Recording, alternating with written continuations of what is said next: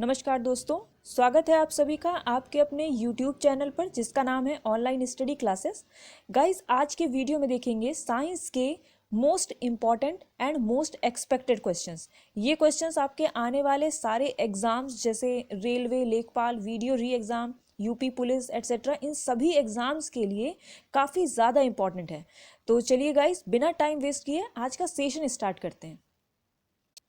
Okay, तो आज का पहला क्वेश्चन है, सितारों में अक्षय ऊर्जा के स्रोत का क्या कारण है?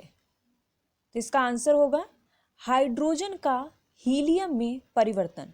याद रखिएगा, सितारों में जो तारे होते हैं उनमें अक्षय ऊर्जा के स्रोत का क्या कारण है? तो ये हाइड्रोजन का हीलियम में परिवर्तन होता है। नेक्स्ट है, सड़क पर चलने की अपेक्षा बर्फ पर चलना कठिन होता है, इसका क्या कारण है? तो इसका आंसर होगा क्योंकि बर्फ में सड़क की अपेक्षा घर्षण कम होता है। सड़क पर चलने की अपेक्षा बर्फ पर चलना कठिन होता है क्योंकि बर्फ में सड़क की अपेक्षा घर्षण कम होता है। नेक्स्ट है, जो तारा जितना अधिक चमकीला होता है उसकी उम्र उतनी ही कैसी होती है? तो याद रखिएगा, कम होती है। जो तारा जितना अधिक चमकीला होगा उसकी उम्र उतनी ही कम होगी।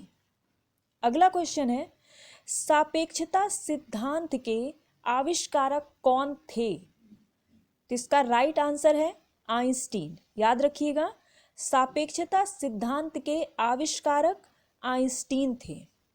अगला क्वेश्चन है, प्रकाश विद्युत प्रभाव के आविष्कारक कौन थे? तो इसका राइट आंसर है आइंस्टीन। याद रखिएगा, प्रकाश विद्युत प्रभाव के आविष्कारक आइंस्टीन थे। नेक्स्ट है, स्प्रिंग को अपनी सामान्य लंबाई पर वापस लौटने के लिए लगने वाले बल को क्या कहते हैं? तो इसका आंसर है प्रत्यानयन बल। स्प्रिंग जो होती है वो अपनी सामान्य लंबाई पर वापस लौटने के लिए जो उसमें जो बल लगता है उसको क्या कहते हैं? उसको कहते हैं प्रत्यानयन बल।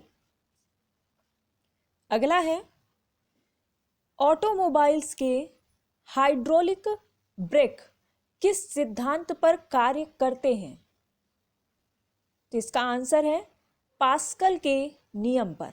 याद रखिएगा, ऑटोमोबाइल्स के हाइड्रोलिक ब्रेक पास्कल के नियम पर काम करते हैं। अगला क्वेश्चन है, पौधों की वृद्धि मापने के लिए किस यंत्र का प्रयोग किया जाता है? इंपॉर्टेंट क्वेश्चन है, याद रखिएगा, कैस्कोग्राफ का। पौधों की वृद्धि मापने के लिए कैस्कोग्राफ का प्रयोग किया जाता है। नेक्स्ट क्वेश्चन है, एंगस्ट्रॉम क्या मापता है? इसका आंसर है तरंग दैर्ध्य। याद रखिएगा, एंगस्ट्रॉम जो है वो तरंग दैर्ध्य को मापता है। नेक्स्ट है,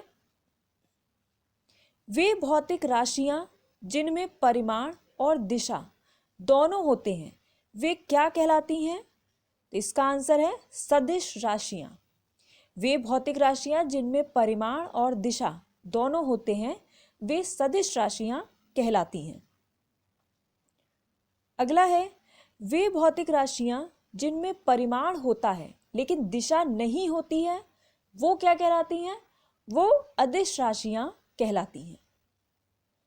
अगला नेक्स्ट क्वेश्चन है, नदियों में पानी के बहाव के लिए कौन सा बल जिम्मेदार है? तो इसका आंसर होगा घर्षण बल। याद रखिएगा, नदियों में पानी के बहाव के लिए घर्षण बल जिम्मेदार है। अगला है, प्रकाश की तीव्रता मापने के लिए कौन सा यंत्र प्रयोग में लाया जाएगा? तो इसका राइट आंसर होगा लक्स मीटर। याद रखिएगा, प्रकाश की तीव्रता मापने के लिए लक्स मीटर यंत्र का प्रयोग किया जाता है। अगला है, प्रकाश की चाल को सर्वप्रथम मापने वाले वैज्ञानिक कौन थे? तो इसका आंसर होगा रोमर। प्रकाश की चाल को सर्वप्रथम मापने वाले वैज्ञानिक रोमर थे। नेक्स्ट क्वेश्चन है, सूर्य, चंद्रमा और अन्य ग्रहों की ऊंचाई मापने के लिए कौन सा यंत्र प्रयोग में लाया जाता है? तो इसका आंसर होगा सेक्सिटेंट। याद रखिएगा, सूर्य, चंद्रमा और अन्य ग्रहों की ऊंचाई मापने के लिए सेक्सिटेंट का उपयोग किया जाता है। अगला क्वेश्चन है, डॉप्सन इकाई का प्रयोग किसके लिए किया जाता है? तो इसका आंसर होगा ओजोन परत की मोटाई मापने में। डॉप्सन इकाई का प्रयोग करते हैं ओजोन की मोटाई मापने में। अगला क्वेश्चन है, पानी की एक बाल्टी को केवल एक हाथ में ले जाने के बजाय 2 बाल्टियों को अलग अलग हाथों में ले जाना आसान होता है, इसका क्या कारण है? तो इसका आंसर होगा क्योंकि गुरुत्व केंद्र तथा संतुलन केंद्र पैरों में होता है। पानी की एक बाल्टी को केवल एक हाथ में ले जाने के बजाय 2 बाल्टियों को अलग अलग हाथों में ले जाना आसान होता है क्योंकि गुरुत्व केंद्र तथा संतुलन केंद्र पैरों में होता है। क्वेश्चन है, घोड़ा यदि अचानक चलना प्रारंभ कर दे तो घुड़सवार के गिरने की आशंका का क्या कारण है? तो इसका आंसर होगा विश्राम जड़त्व। याद रखिएगा, आंसर है विश्राम जड़त्व। नेक्स्ट क्वेश्चन है, किसी वस्तु के वेग में परिवर्तन की दर को क्या कहते हैं? तो इसका आंसर है त्वरण। याद रखिएगा, किसी वस्तु के वेग में परिवर्तन की दर को त्वरण कहते हैं। अगला है, गतिशील वस्तु के विस्थापन की दर को क्या कहते हैं? तो इसका आंसर होगा वेग। याद रखिएगा, गतिशील वस्तु के विस्थापन की दर को कहते हैं वेग। अगला क्वेश्चन है, किसी वस्तु के संवेग में परिवर्तन की दर को क्या कहा जाता है? तो इसका आंसर होगा आवेग।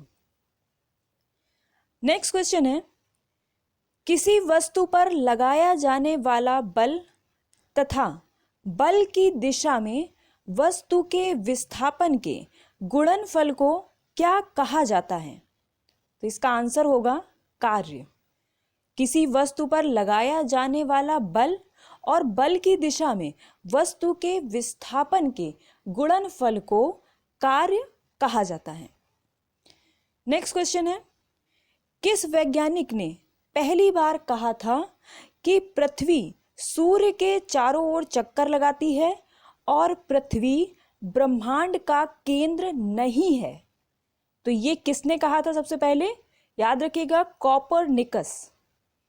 कॉपरनिकस ने पहली बार कहा था कि पृथ्वी जो है वो सूर्य के चारों ओर चक्कर लगाती है और पृथ्वी ब्रह्मांड का केंद्र नहीं है।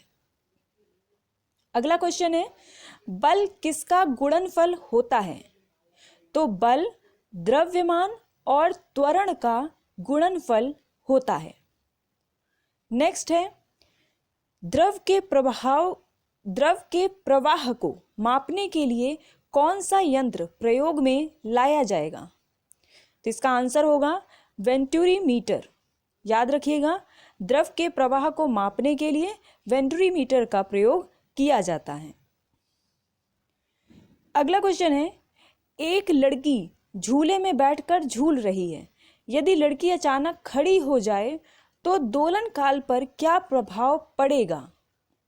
तो इसका आंसर होगा दोलन काल कम हो जाएगा।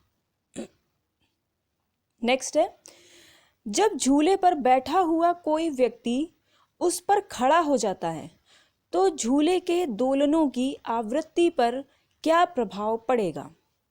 तो इसका आंसर होगा दोलनों की आवृत्ति बढ़ जाती है। याद रखिएगा, जब झूले पर कोई इंसान बैठा है और अगर वो खड़ा हो जाता है तो झूले के दोलन की जो आवृत्ति है वो बढ़ जाती है। नेक्स्ट क्वेश्चन है, लैक्टोमीटर नामक यंत्र का प्रयोग किसके मापन के लिए किया जाता है? तो ये दूध की शुद्धता मापता है। याद रखिएगा, लैक्टोमीटर नामक जो यंत्र होता है वो दूध की शुद्धता मापने के लिए यूज किया जाता है। अगला क्वेश्चन है, बादलों की दिशा और गति को मापने वाले यंत्र को क्या कहते हैं? तो इसका आंसर होगा नेफोस्कोप। याद रखिएगा, बादलों की दिशा और गति को मापने वाले यंत्र को नेफोस्कोप कहते हैं। नेक्स्ट है फुहारा, स्प्रेयर जो होता है ना, वो किस सिद्धांत पर कार्य करता है? तो इसका आंसर होगा बर्नौली के सिद्धांत पर। अगला क्वेश्चन है पैराशूट धीरे धीरे नीचे आता है जबकि उसी ऊंचाई से फेंका गया पत्थर तेजी से गिरता है, इसका क्या कारण है?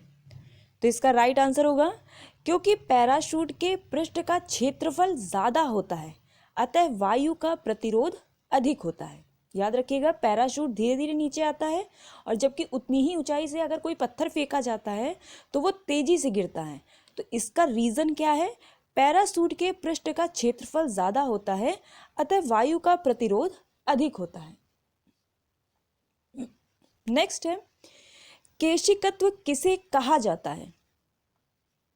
इसका आंसर होगा केश नली में द्रव के ऊपर चढ़ने तथा नीचे उतरने की घटना को केशिकत्व कहते हैं। याद रखिएगा, केशिकत्व द्रव के ऊपर चढ़ने और नीचे उतरने की घटना को कहते हैं। नेक्स्ट है स्पिन ड्रायर्स क्या है? तो इसका आंसर होगा गीले कपड़ों को सुखाने वाला एक यंत्र। स्पिन ड्रायर्स गीले कपड़ों को सुखाने वाला एक यंत्र है। नेक्स्ट क्वेश्चन है दूरी को मापने की सबसे बड़ी इकाई क्या है? इसका राइट आंसर होगा पारसेक। याद रखिएगा, दूरी को मापने की जो सबसे बड़ी इकाई है वो है पारसेक। अगला क्वेश्चन है जलयानों में सही समय का पता किससे लगाया जाता है? इसका आंसर होगा क्रोनोमीटर की सहायता से। जलयानों में सही समय का पता क्रोनोमीटर की सहायता से लगाया जाता है। नेक्स्ट क्वेश्चन है हेलियोसेंट्रिक थ्योरी का प्रतिपादन किसने किया था? तो इसका राइट आंसर होगा कोपरनिकस ने। हेलियोसेंट्रिक थ्योरी का प्रतिपादन कोपरनिकस ने किया था। नेक्स्ट है गुरुत्वीय त्वरण जी का मान क्या होता है? तो इसका राइट आंसर होगा 9.8 मीटर पर सेकेंड स्क्वायर।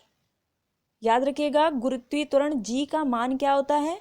9.8 मीटर पर सेकेंड स्क्वायर। नेक्स्ट है एसआई प्रणाली में मूल मात्रकों की संख्या कितनी है? इसका राइट आंसर है 7। एसआई प्रणाली में मूल मात्रकों की संख्या है 7। नेक्स्ट है खींचे हुए धनुष में कौन सी ऊर्जा विद्यमान होती है? इसका राइट आंसर होगा स्थितिज ऊर्जा। खींचे हुए धनुष में स्थितिज ऊर्जा विद्यमान रहती है। नेक्स्ट एंड लास्ट है ग्रामोफोन का आविष्कार किसने किया था? इसका आंसर होगा थॉमस एल्वा एडिसन ने। ग्रामोफोन का आविष्कार किया था थॉमस एल्वा एडिसन ने।